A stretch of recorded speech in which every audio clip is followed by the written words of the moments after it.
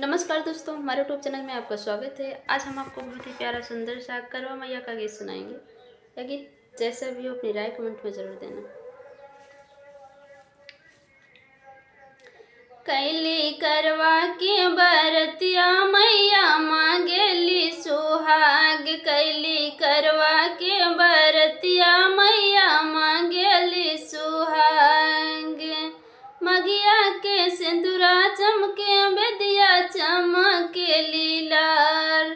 मगिया के सिंदूरा चमके बेदिया चमके लीलार। भरल रहे मैया चूड़ियों से हथवा हमार। भरल रहे मैया चूड़ियों से हथवा हमार। कैली करवा के बरतिया मैया मांगेली सुहाग। कैली करवा के बरतिया मैया मांगेली सुहाग।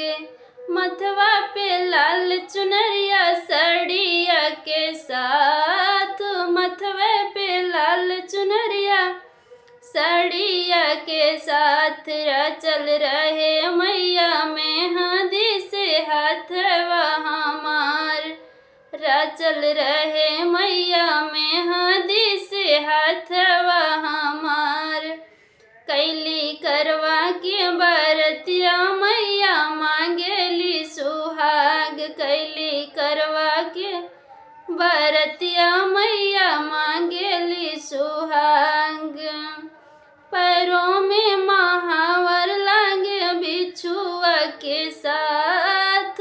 पैरों में महावर लागे बिछुआ के साथ। खनकत रहे मैया पैरों में पायल हमार। खनकत रहे मैया पैरों में पायल हमार। कैली करवा के बरतिया मैया मांगेली सुहाग।